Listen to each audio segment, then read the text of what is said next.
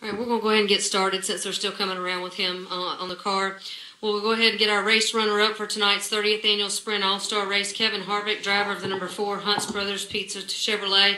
Kevin, you drove a heck of a race out there tonight, had a strong car. Talk about your performance and how you thought things unfolded at the end of the race.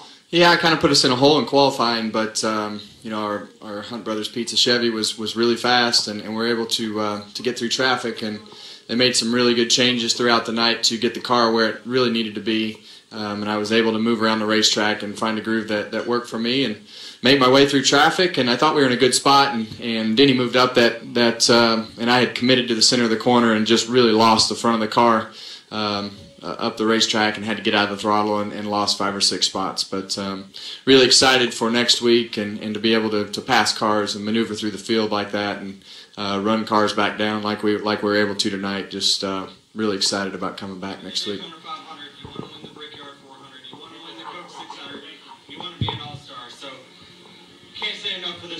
Express team. Everyone from Toyota getting their first All-Star victory as well.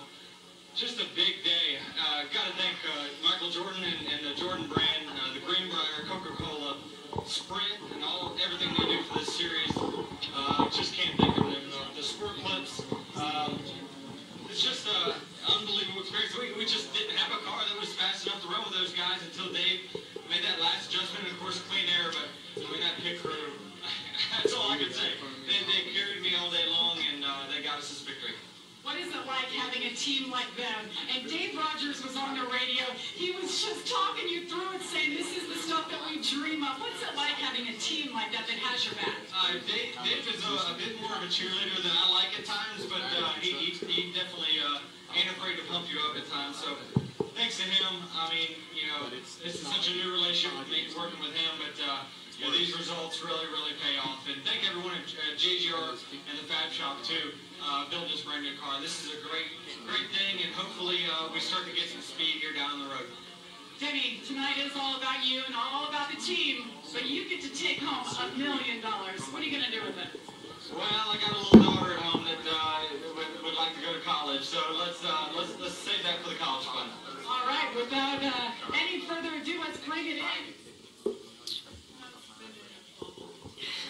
Also joining us tonight is Kyle Busch, driver of the number 18 M&M Red Nose Day Toyota, who finished 6th in tonight's race.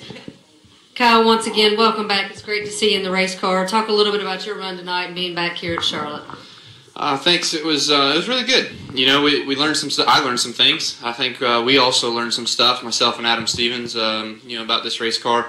For me and getting around here in Charlotte, so we can kind of take some of that into next week and look forward to the Coke 600 here. But all in all, it was a good evening. We kind of clicking off some spots there, moving ourselves forward, and felt really good about things. And then you know, I got busted for speeding there on pit road, and then in that same segment, we ended up having a loose wheel. So at least two things bit us in one segment, and it wasn't 2 things biting us in 2 different segments. So that was a positive to take of that. But you know. Real fortunate just to get back in the race car and get out there and feel things out. Otherwise, everything felt good, and you know, getting to pit road, all that, everything was fine. And felt like I said, I felt like we had a fast race car. So I was just bummed out that we got busted for speeding there and then had a loose wheel. I felt like we could have definitely raced our way in and maybe even through the top 5 and given a shot to win, governing our final pit stop there, which was really good where we were at. Okay, we'll open up for questions for Kevin and Kyle. Raise your hand, we'll get a mic to you. Okay, we'll start right here with Jay, then come up to Bob. Jay Pennell with Fox Sports. This is for Kevin. Obviously, you got to be frustrated finishing second in a race. It doesn't really matter finishing second, but over the radio, Rodney said, you know, you guys are really looking forward to coming back and running 600 miles. What are some of the things you learned out here tonight that you can apply next week, and what is it like carrying that confidence into one of the bigger races of the year? Yeah, it's like I told you guys last week. I'm not frustrated. I've been on the other side of this deal, and our days where we have something go wrong, you know, the recovery from starting last and having a chance to win the race today, that was a recovery day, a day that goes smooth. Hopefully you can win the race. So it's been a great start. I feel like we're competitive every week, and as you saw tonight, we were able to to make it, up into the top 10, and then they made some great adjustments on the car, and we were able to drive through the top 5 cars and pass them. So that's an accomplishment, in where we're at with the cars and how you have to race them and the things that are happening. If you can pass, that's a huge advantage, and something I feel like they did a really good job with our car tonight and making it drivable. Okay, we'll take our next question from Bob, then go back to Brett. Bob Hocker, ESPN. For Kevin, a little bit of the conventional wisdom going in was you had to be first or second going into that last segment to have a really good shot at winning. Brad sped only because he felt like he had to have the lead, or else it wasn't really going to matter. What was your outlook restarting third on that final restart? It just depended on how everything shook out when they took off. Who spun the tires, who didn't spin the tires, and Denny sped them up quite a bit and then slowed them down and then took off way early. So, it was once the cars start going back and forth, it's really easy to get the tires spinning. In the outside lane, spun the tires a little bit, and I was able to, for what I thought was in a pretty good spot, and he just made a good move down there, and like I say, I had committed to the center of the corner, and he made a good move to kind of slide up in the middle of the corner and got my car really tight. So, my strategy was to keep moving up the racetrack, but as it all worked out, I just got too far behind with a mistake right there. All right, we'll take one from Brett, then come up to Kenny, then go to the press box. Brett McMillan from PRN. Kyle, in other sports we talk about guys being in shape versus being in game shape. So how do you feel right now having your first experience back in the race car? I'll be sore for a couple days, just muscles that haven't been woken up quite like this in a little while. So it's nothing new. I mean, typically I get that in the beginning of the years anyway, and it takes a few weeks to kind of get warmed up to things and your body to kind of settle in. So being out of the race car the longest I've ever been in my career, that obviously is sort of it's a wake-up call for myself to get back rolling. But other than that, just feel fine. I never was out of breath at all during the race or through the runs or anything like that. So that was a good thing. I was not worried about it. But when you're working out and doing things and doing therapy and whatnot, and the therapist tells you, man, your cardio is really bad.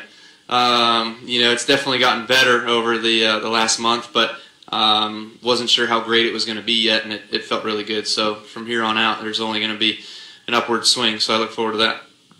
Okay, we'll come up front to Kenny.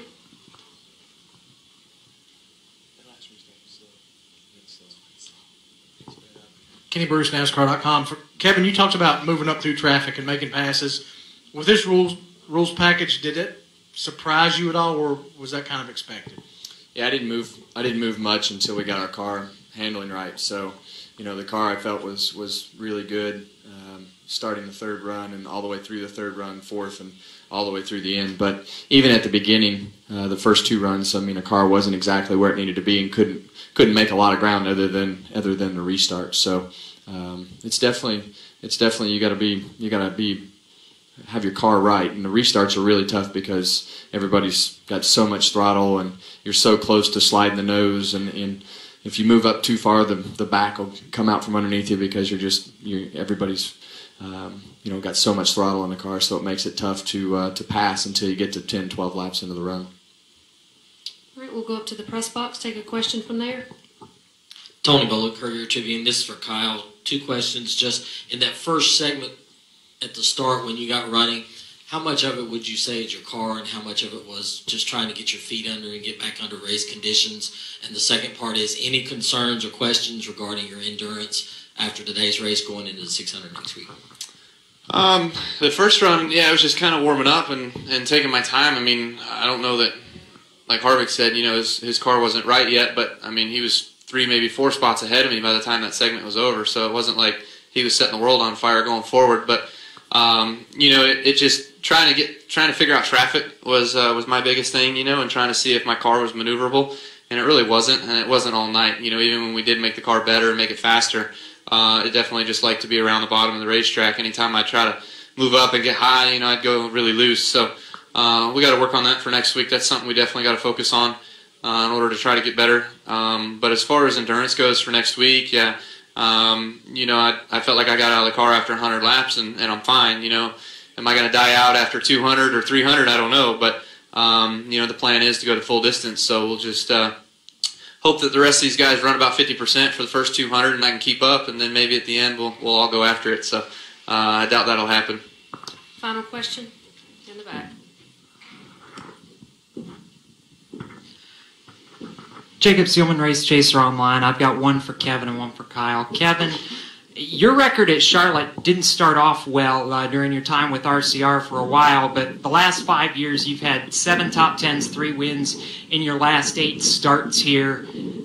What is it about Charlotte the last couple of years that you've figured out that has made you so good? Can you put your finger on something? Missing a good fireworks show.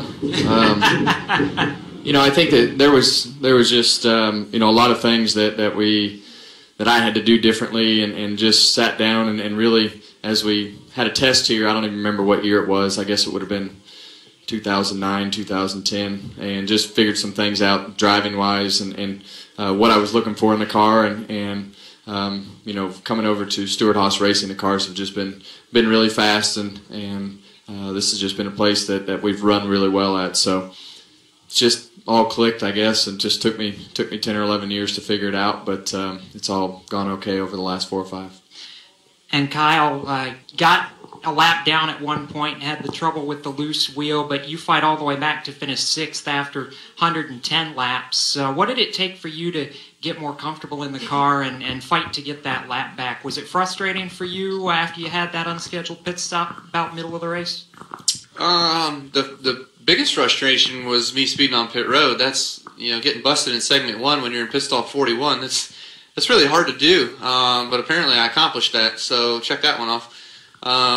You know, but that was the most frustrating part. But then in that same run, I did get that loose wheel that we had to come back down pit road and pit for, which in this race, fortunately, you know, they're short runs, and the leader's probably not going to catch the last place guy and put him a lap down. So when we had that problem, I was just hoping that we were going to be the first car 1 lap down so we could get that lap back and then have a legitimate shot to pass a few cars in the 4th segment, which we did, and get ourselves a better finishing average in order to kind of get that readjustment, that lineup set for us to come down pit road. And then my guys wheeled off a flawless stop there on that last one. I think we went from 13th to 10th, and then there was 2 guys that got busted for speeding, so we restarted 8th on that last run and passed a couple guys more and finished 6th. So real proud of the effort. It was good. You know, real proud of my guys, real proud of myself, and you know, just looking forward to you know, the days leading up to next week, because our first son's coming. So real excited about that on Monday. Kevin, Kyle, thank you very much for your time tonight. Thank you. Congratulations on your finishes, and we look forward to seeing you next week. Monday.